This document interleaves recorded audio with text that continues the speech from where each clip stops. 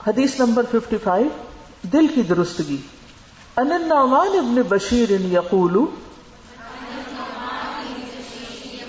کتاب دیکھ کے پڑھیے. ان النعمان ابن بشیر یقول سمعت رسول اللہ صلی اللہ علیہ وسلم یقول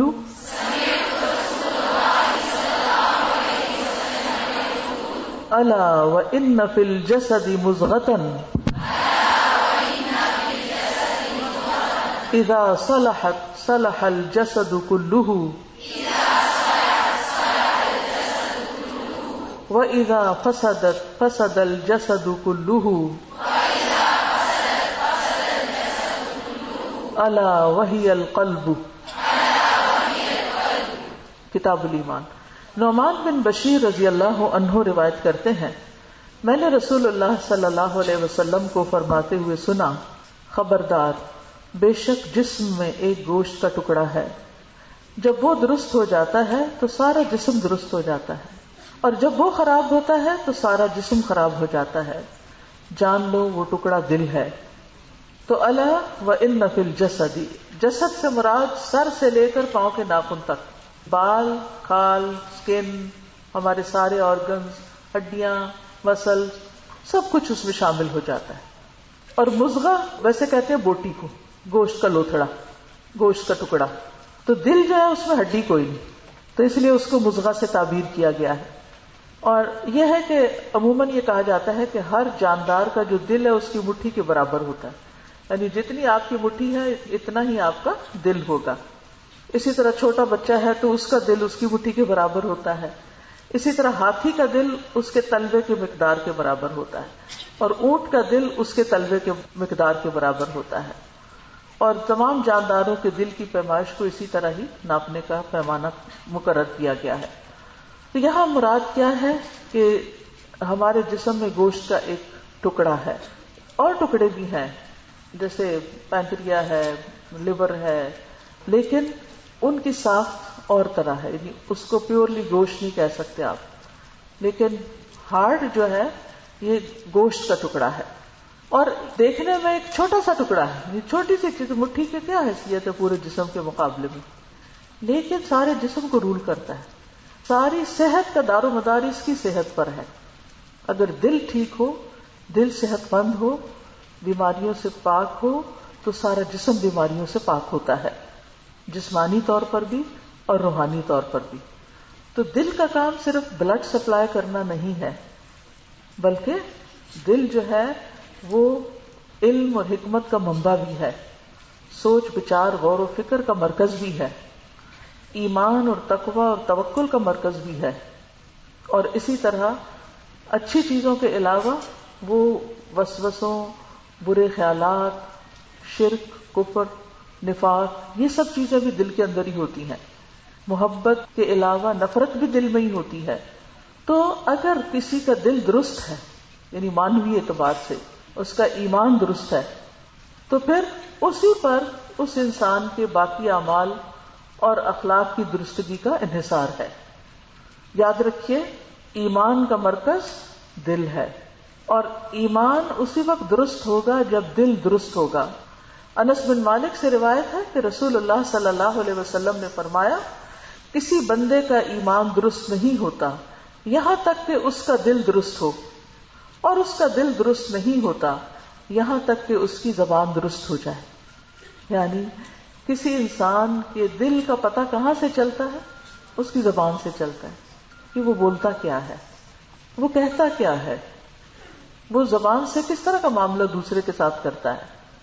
تو جو کسی کو گالی گلوچ کرے، یا کوئی کسی کو لام تان کرے، یا غیبت کرے، یا کسی کو تانا دے، یا کسی کو ایسی باتیں کرے کہ جس سے دوسرے کو اذیت پہنچے، تو اس کا صاف مطلب اس کا دل ٹھیک نہیں، اس کے دل کے اندر خرابی ہے.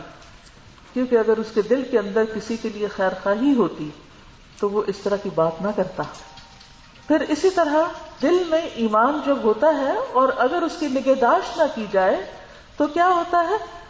وہ پرانا ہو جاتا ہے. رسول اللہ صلی اللہ علیہ وسلم نے فرمایا، یقیناً ایمان تمہارے پیٹوں میں اس طرح پرانا ہو جاتا ہے جس طرح کپڑا پرانا ہو جاتا ہے. تو تم اللہ سے سوال کیا کرو کہ اللہ تعالیٰ تمہارے دلوں میں ایمان کی تجدید کرتا رہے. تو اس کا یہ مطلب ہے کہ دلوں کو تازگی بخشنے والی چیزیں، دلوں کو رونق بخشنے والی چیزیں، یعنی ایمانی اعتبار سے، نیکی کے اعتبار سے ان کا اہتمام کیا جاتا رہنا چاہیے. پھر اسی طرح جہاں ایمان دل میں ہوتا ہے وہاں نفاق بھی ہوتا ہے، یعنی دونوں چیزیں. آپ دیکھیے کہ دل سے صاف خون بھی گزرتا ہے اور جو دوسرا ہے وہ بھی گزرتا ہے. اسی طرح اچھے خیالات بھی گزرتے ہیں اور برے خیالات بھی گزرتے ہیں. ایمان اور تقوی بھی ہے تو نفاق اور کفر بھی ہے. تو جب دلوں میں ایمان کی بجائے منافقت آ جاتی ہے تو پھر انسان کے اخلاق اور انسان کے اعمال بھی اسی کے مطابق ہونے لگتے ہیں اور انسان کو پتہ بھی نہیں چلتا. اکثر جب نفاق کی بات کی جاتی ہے نا تو ہم میں سے بہت سے لوگ اپنے آپ کو اس سے بری قرار دے دیتے ہیں کہ ہمارے اندر شکر ہے منافقت نہیں، فلاں منافق، فلاں کے اندر منافقت ہے. لیکن صحابہ کرام اس سے بالکل مختلف تھے. صحابہ کرام دوسروں کی بجائے اپنے بارے میں سوچتے کہ میرے اندر تو نہیں. حضرت عمر رضی اللہ تعالیٰ عنہ جن کی خوبیوں کا شمار نہیں، جن کی نیکیوں کا شمار نہیں، وہ اپنے نفاق کے بارے میں خوف زدہ تھے کہ کہیں میرے اندر تو منافقت نہیں. تو ایک صحابی تھے حضرت حذیفہ جن کو نبی صلی اللہ علیہ وسلم نے مدینہ میں رہنے والے منافقین کے نام بتا دیے تھے. تو ایک دفعہ حضرت عمر ان کے پاس گئے اور کہنے لگے میں تمہیں اللہ کی قسم دے کے پوچھتا ہوں، مجھے بتاؤ اس لسٹ میں میرا نام تو نہیں، کہیں میں تو نہیں منافق. ابو بکر رضی اللہ عنہ جن کے امت پر بے شمار احسانات ہیں، نبی صلی اللہ علیہ وسلم ان کے بارے میں فرماتے ہیں کہ میں نے ہر ایک کے احسان کا بدلہ دے دیا، ابو بکر کے احسان کا نہیں دے سکتا. لیکن وہ بھی اپنے بارے میں نفاق سے ڈرتے ہیں. وہ جا رہے ہوتے ہیں کہ ایک صحابی ہیں حنظلہ رضی اللہ عنہ، وہ ان سے کہتے ہیں کہ نافق حنظلہ، حنظلہ تو منافق ہو گیا. تو انہوں نے پوچھا کیوں؟ کہنے لگے کہ میں جب نبی صلی اللہ علیہ وسلم کی مجلس میں ہوتا ہوں تو میرے دل کی حالت کچھ اور ہوتی ہے، اور جب میں گھر واپس لوٹتا ہوں بیوی بچوں میں ہوتا ہوں تو میرا حال کچھ اور ہوتا ہے. تو اس پر انہوں نے کہا کہ میرا بھی یہی حال ہوتا ہے. تو پھر وہ نبی صلی اللہ علیہ وسلم کے پاس گئے. انہوں نے کہا کہ اگر ہر جگہ تمہارا یہی حال ہو تو فرشتے گلیوں میں تم سے سلام کریں.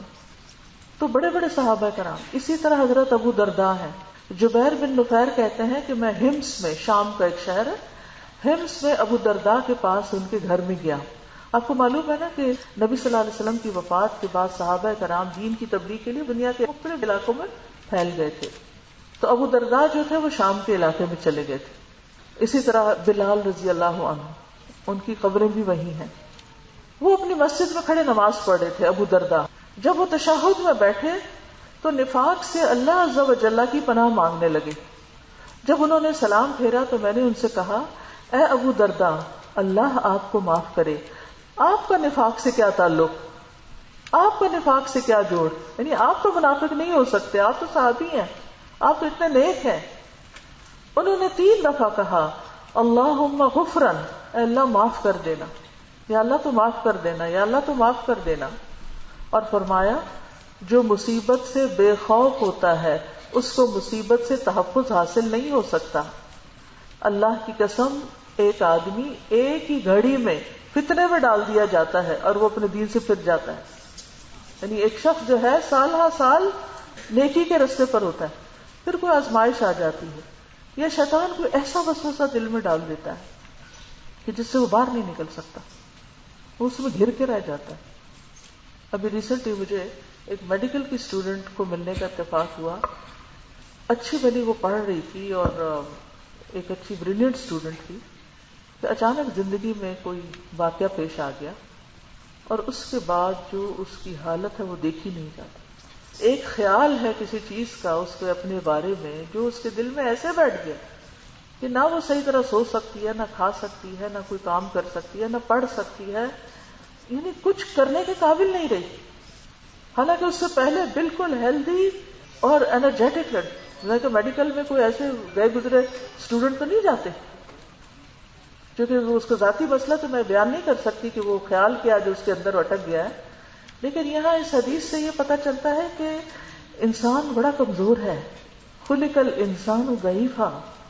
ہم سب کو اپنے بارے میں ہمیشہ فکر رہنی چاہیے اور کبھی تھوڑا سا بھی تکبر نہ آئے. اب آپ دیکھیے شیطان کے بارے میں، ابلیس کے بارے میں آپ سب جانتے ہیں کہ وہ بڑا متقی پرہیزگار لوگوں میں شمار ہوتا تھا، تاکہ اس کی دوستی فرشتوں سے ہو گئی، یعنی اتنا عبادت گزار تھا. لیکن عبادت گزار ہونے کے باوجود اس کے دل کے اندر ایک خرابی چھپی ہوئی تھی، اور وہ کیا تھی؟ تکبر کی، کہ میں بڑا ہوں، میں زیادہ اچھا ہوں، میں دوسروں سے اچھا ہوں، جس کا اظہار اس نے بعد میں کر دیا، انا خیر منہ، میں اس سے زیادہ اچھا ہوں. تو اللہ سبحانہ وتعالیٰ نے اس کو ایک امتحان میں ڈالا کہ آدم کو سجدہ کرو، اب وہاں اکڑ گیا، اللہ کے حکم کے نافرمانی کر بیٹھا. وکان من الکافرین، وہ کافرین میں شمار ہو گیا، خاسرین میں شمار ہو گیا. تو انسان کو کبھی بھی اپنے اوپر یہ تسلی نہیں ہونی چاہیے کہ میرا سب کچھ ٹھیک ہو گیا ہے، یا میں جو کچھ کرتا ہوں وہ سب صحیح ہے، یا میرا انجام بہت ہی اچھا ہوگا. اچھی امید رکھنی چاہیے، لیکن اللہ سے ڈرتے ہوئے زندگی بسر کرنی چاہیے. اسی ڈر کا نام تقویٰ ہے. اور ہر معاملے میں پھونک پھونک کے قدم رکھنا چاہیے، یعنی سوچ کے بات کرنی چاہیے، اور احتیاط کے ساتھ آگے بڑھنا چاہیے کہ کہیں کوئی ایسی چیز نہ ہو جو اللہ تعالیٰ کو ناراض کر دے. آپ دیکھیں اگر ہم ساری دنیا کو بھی راضی کر دیں نا، جیسے مثلا شادیاں وغیرہ ہوتی ہیں تو ہم لوگوں کی پسند کے کپڑے پہنتے ہیں، لوگوں کی پسند کے فنکشنز کرتے ہیں، کیا برادری میں ناک کٹ جائے گی، لوگ کیا کہیں گے، اور ان ساری چیزوں میں اللہ تعالیٰ کو خوب ناراض کرتے رہتے ہیں، خوب ناراضگی کے کام کرتے ہیں، اور یہ نہیں سوچتے کہ جس رب نے ساری نعمتیں دی ہیں اسی کو ناراض کر کے زندگی میں کیا خوشی ہو سکتی. تو ایسے میں انسان کو ڈرنا چاہیے اللہ سے کہ کہیں کسی مصیبت یا کسی فتنے کا شکار نہ ہو جائے. تو حضرت ابو درداء کہتے ہیں اللہ کی قسم ایک آدمی ایک ہی گھڑی میں فتنے میں ڈال دیا جاتا ہے اور وہ اپنے دین سے پھر جاتا ہے. پھر اسی طرح یہ ہے کہ تقویٰ کا مقام بھی دل ہے. اللہ تعالیٰ دلوں کی بنا پہ بندوں کو چنتا ہے، یعنی کسی نیک کام کے لیے. وہ شکلیں نہیں دیکھتا کہ کون کتنا خوبصورت ہے، وہ کسی کی ڈگری نہیں دیکھتا کہ کون کتنا پڑھا لکھا ہے، وہ یہ نہیں دیکھتا کہ کس کے پاس کتنا مال ہے، وہ یہ دیکھتا ہے کہ کس کا دل کیسا ہے. رسول اللہ صلی اللہ علیہ وسلم نے فرمایا بے شک اللہ نہ تمہارے جسموں کو دیکھتا ہے نہ تمہاری شکلوں کو دیکھتا ہے، لیکن وہ تمہارے دلوں کی طرف دیکھتا ہے. اور آپ نے اپنی انگلیوں سے اپنے سینے کی طرف اشارہ فرمایا کہ دل کو دیکھتا ہے اللہ تعالیٰ. اور یہی وجہ ہے کہ محمد صلی اللہ علیہ وسلم کا دل سب انسانوں سے زیادہ بہترین اللہ نے پایا تو ان کو نبی بنا دیا. عبداللہ بن مسعود کہتے ہیں، مسند احمد کی روایت ہے کہ بے شک اللہ نے بندوں کے دلوں پر نظر فرمائی تو قلب محمد صلی اللہ علیہ وسلم کو بندوں کے دلوں میں سب سے بہتر پایا، تو اس لیے اللہ نے ان کو اپنے لیے منتخب کر لیا اور انہیں پیغمبری کا شرف عطا کر کے مبعوث فرمایا. پھر قلب محمد کے بعد بندوں کے دلوں پر نظر فرمائی تو آپ کے صحابہ کے دلوں کو بندوں کے دلوں میں سب سے بہترین پایا، چنانچہ اللہ نے انہیں اپنے نبی کا وزیر بنا دیا.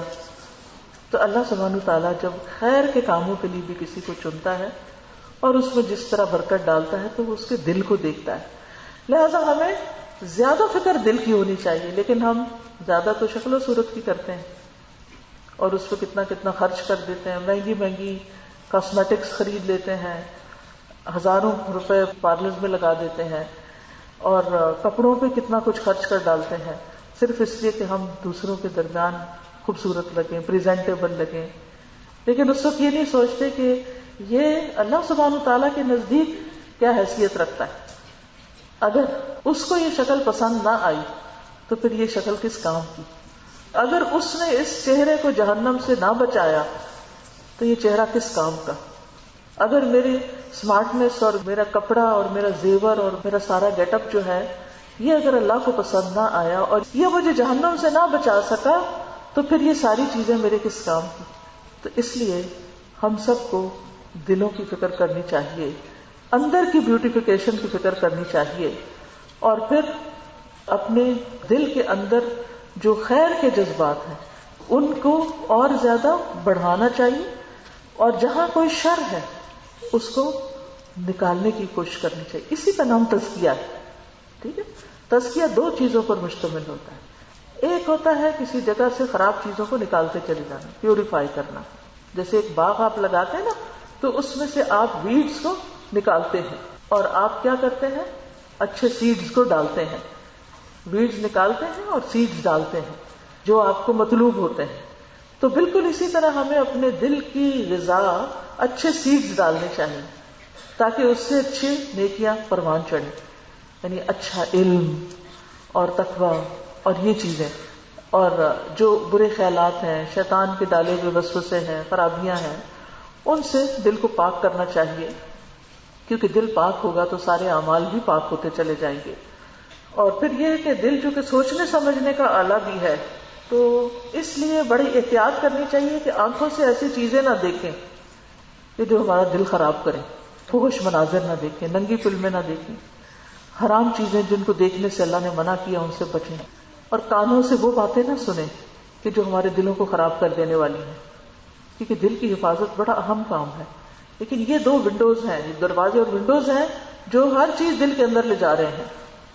اچھی مجلس میں بیٹھیں، اچھے دوستوں میں بیٹھیں، اچھی کتابیں پڑھیں، اچھا علم حاصل کریں، نیت کا بار بار جائزہ لیتے رہیں، تو آپ دیکھیں گے کہ انشاءاللہ آپ اسپرچولی گرو کرنا شروع کر دیں گے. تو ہم میں سے ہر شخص کو اپنی زندگی میں اپنے دل کا جائزہ لیتے رہنا چاہیے، یعنی اپنی نیتوں کا جائزہ لیتے رہنا چاہیے، اپنی سوچوں اور خیالات کا خود محاسبہ کرنا چاہیے. کسی کو تو پتہ ہی نہیں میں کیا سوچ رہی ہوں. اس مجلس میں بھی بیٹھ کے میرا دل یہاں ہے یا کہیں اور باہر، کسی کو کیا پتا. تھوڑا بہت چہرے سے اندازہ ہو جاتا ہے، لیکن حتمی بات تو کچھ نہیں کہہ سکتے آپ. تو اس لیے وہ تو ہم خود ہی چیک کر سکتے ہیں، اور یہ ہمارا ہی کام ہے، اور ہمیں خود ہی چیک کرنا ہوگا. تو اس لیے بہت ضروری ہے کہ ہم اس بارے میں احتیاط برتیں. پھر اسی طرح دل اللہ کے برتن ہے.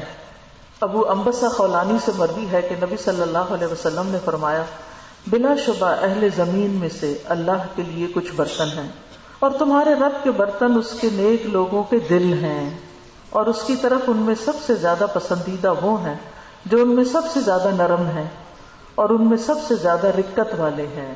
تو اس سے کیا پتہ چلتا ہے کہ اللہ کے پسندیدہ لوگ کون ہیں؟ جن کے دل نرم ہیں. سخت دل والے لوگ اللہ کو پسند نہیں. سخت دل والے لوگ وہ ہوتے ہیں جن کے اندر انا ہوتی، جن کے اندر جھکاؤ نہیں ہوتا، جو کسی کو معاف نہیں کر سکتے، جو کسی کی غلطیوں کو اگنور نہیں کر سکتے، جو انتقام لینے کی سوچتے رہتے ہیں. تو نتیجہ کیا ہوتا ہے؟ اس انتقام کی آگ میں بعض اوقات مظلوم سے نکل کے ظالم بن جاتے ہیں، حد سے بڑھ جاتے ہیں. کتنی کیسز ایسے ہوتے ہیں کہ مثلاً کوئی ایک دوسرے کو گالی دیتا ہے، دوسرا اس کو قتل ہی کر ڈالتا ہے. ایک عورت تھوڑی سی بات پہ غضبناک ہو کے کوئی بات کرتی ہے، شوہر اس کو طلاق ہی دے ڈالتا ہے. تو اب بیوی کی ناراضگی کا مطلب یہ تو نہیں کہ اس کو گھر سے نکال دیا جائے، اس کو طلاق ہی دے دی جائے. لیکن آپ دیکھیں کہ ایسے کیسے ظلم ہمارے معاشرے میں ہو رہے ہیں. تو یہ اسی وجہ سے کہ ہمارے دل اسپرچولی گرو نہیں کیے، تزکیہ نہیں ہوا، ان کا پاک نہیں ہوئے. اور یہ بھی یاد رکھیے کہ دل جو ہے نا وہ ایک بادشاہ کی طرح ہے پورے مملکت میں. جسم ہمارا مملکت ہے اور دل بادشاہ ہے. تو جب کسی ملک کو فتح کرنا ہوتا ہے تو اس کی جو آرمی ہوتی ہے یا اس کا جو بادشاہ ہوتا ہے اس کے اوپر اٹیک کیا جاتا ہے تاکہ اس کو ہٹا کے اس پر قبضہ کیا جا سکے. عوام تو پھر ہر ایک کے ساتھ ہی لگ جاتے ہیں نا. آزاد جہاد، پاؤں، زبان، یہ ساری چیزیں تو دل کے تابع ہیں. تو اس لیے ابلیس سیدھے راستے سے روکنے کے لیے انسان کے دل پہ اٹیک کرتا ہے. ابن قیم کہتے ہیں جب اللہ کے دشمن ابلیس کو یہ علم ہوا کہ دل پر ہی ہر چیز کا دار و مدار ہے اور اسی پر ہر چیز کا سہارا ہے، تو اس نے وسوسوں کے ساتھ اس پر فوجوں کی چڑھائی کر دی، اس کی طرف مختلف خواہشات کو لے آیا. تو اس سے کیا پتہ چلتا ہے کہ ابلیس خواہشات کے ذریعے انسان کو کنٹرول کرتا ہے. اس کے لیے صراط مستقیم سے روکنے والے اقوال اور اعمال مزین کر دیے، اسے گمراہی کے ایسے اسباب کے ساتھ مدد دی جو اسے ہدایت توفیق کے اسباب سے کاٹ کے رکھ دیتے ہیں. اس کے لیے ایسی پھانسیاں اور جال نصب کیے کہ وہ ان میں گرفتار ہونے سے بچ بھی جائے تو ان سے پیدا ہونے والی رکاوٹ اور کجی سے نہیں بچ سکتا. تو اس لیے انسان کو اپنے دل کی حفاظت کرنی اور دل کو مختلف طرح کے شر سے بچا کر اس کو قلب سلیم بنانا ہے، کیونکہ دلوں کی صفائی کے بغیر جنت میں داخلہ ممکن نہیں. جنت میں جانے والوں کے دل صاف ہوں گے. قرآن مجید میں آتا ہے ان المتقین فی جنات وعیون ادخلوها بسلام آمنین ونزعنا ما فی صدورهم من غل اخوانا علی سرر متقابلین بے شک متقی لوگ باغوں اور چشموں میں ہوں گے، اور ان سے کہا جائے گا اس میں سلامتی کے ساتھ بے خوف ہو کر داخل ہو جاؤ، اور ہم ان کے سینوں میں جو بھی کینہ ہے نکال دیں گے۔ بھائی بھائی بن کر تختوں پر آمنے سامنے بیٹھے ہوں گے، بھائی بھائی بن کر تختوں پر آمنے سامنے بیٹھے ہوں گے۔ تو جنت میں جانے والوں کے دل جو ہیں وہ ایک دوسرے کے لیے بالکل صاف ہوں گے، اور وہ خوشی خوشی وہاں ایک دوسرے سے ملاقات کریں گے۔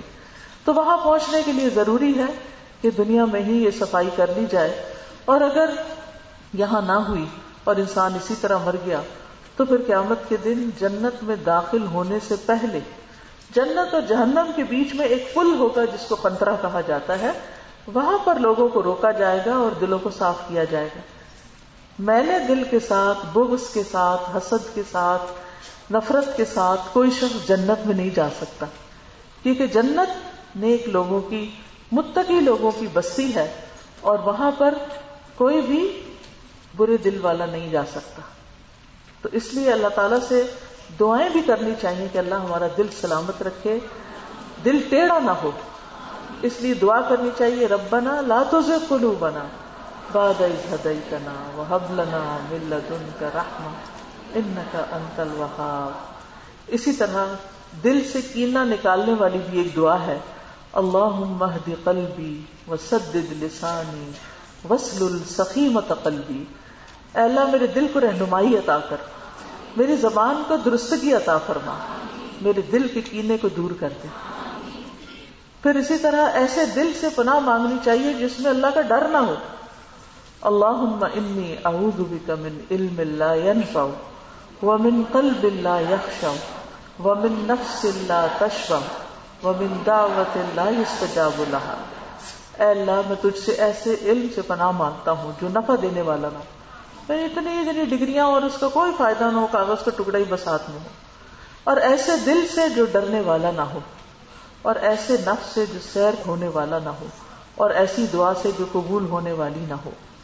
دل کے شر سے بھی پناہ مانگنی چاہیے، اللہم انی اعوذ بک من شر سمعی ومن شر بصری ومن شر لسانی ومن شر قلبی۔ اسی طرح دل میں نور پیدا کرنے والی دعا پڑھنی چاہیے، اللہم اجعل فی قلبی نورا، اللہ میرے دل میں نور پیدا کر دے۔ اسی طرح دل کی صفائی کی دعا کرنی چاہیے، اللہم اغسل قلبی بماء الثلج والبرد، اے اللہ میرے دل کو برف اور اولے کے پانی سے دھو دے، وَنَقِّ قَلْبِي مِنَ الْخَطَايَا كَمَا نَقَّيْتَ الثَّوْبَ الْأَبْيَضَ مِنَ الدَّنَسِ، اور میرے دل کو خطاؤں سے صاف کر دے جیسے کہ سفید کپڑے کو میل سے صاف کرتا ہے۔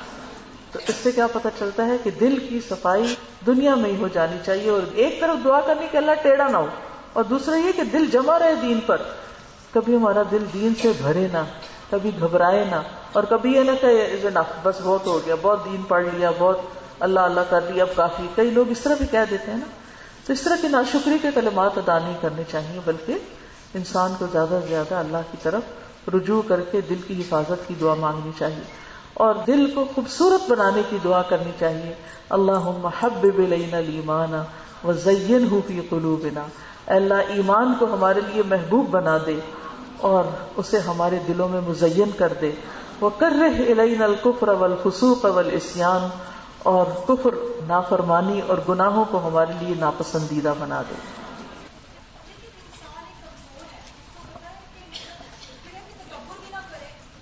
اصل بات یہ نا کہ ان کا تعلق نبی صلی اللہ علیہ وسلم سے تھا، ان کا تعلق قرآن کے ساتھ تھا، وہ اللہ کے راستے میں جہاد کرتے تھے، وہ اللہ کے راستے میں اپنے جان مال قربان کرتے تھے، تو ان کا ایمان اونچا رہتا تھا۔